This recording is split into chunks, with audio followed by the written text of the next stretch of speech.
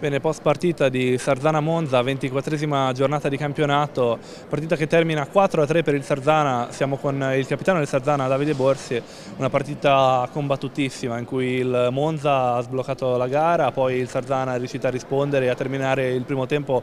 con un pareggio 1-1 e secondo tempo 4-3, comunque combattuto fino all'ultimo secondo, in cui il Monza ha schierato 5 uomini di movimento e il Sarzana ha dovuto gestire una difesa complicata. Un commento dal capitano del Sarzana. Sicuramente è stata una partita difficile, ce l'aspettavamo comunque, perché comunque dopo la vittoria di La Monza proprio contro di loro ci sta che loro arrivavano qua con la voglia di rivalsa, di fare una bella partita, e gli faccio complimenti perché non hanno mollato proprio un centimetro. Noi abbiamo faticato, non eravamo lucidi come siamo stati ultimamente, però c'è sicuramente di positivo il risultato e la voglia di portarlo a casa, perché non abbiamo mollato centimetri su tutti i tiri. E anche alla fine sì, abbiamo rischiato, abbiamo preso un palo negli ultimi secondi e niente, però l'importante era la vittoria, siamo contenti dei 3 punti e niente, ora si fa un po' di riposo prima di riniziare dopo Pasqua.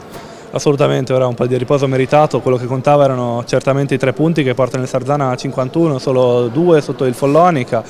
e Sarzana che adesso dovrà guardare alla prossima, che per i rossoneri sarà l'ultima partita del campionato contro il Breganze a Breganze, che è una squadra che come il Monza, se non di più, lotta per dei punti fondamentali alla fine del campionato. Sì, è uguale al Monza, ritroviamo una squadra che sta lottando per salvarsi e si sono rinforzati molto dopo il mercato di dicembre. Sarà un'altra partita molto dura, però noi ora abbiamo un po' di tempo per prepararci al meglio e cercheremo già di essere in preparazione poi per la Final Four che avremo la settimana dopo. Sarà una partita importante perché è l'ultima del campionato, andremo là per vincere sicuramente, per fare risultato e vediamo come va.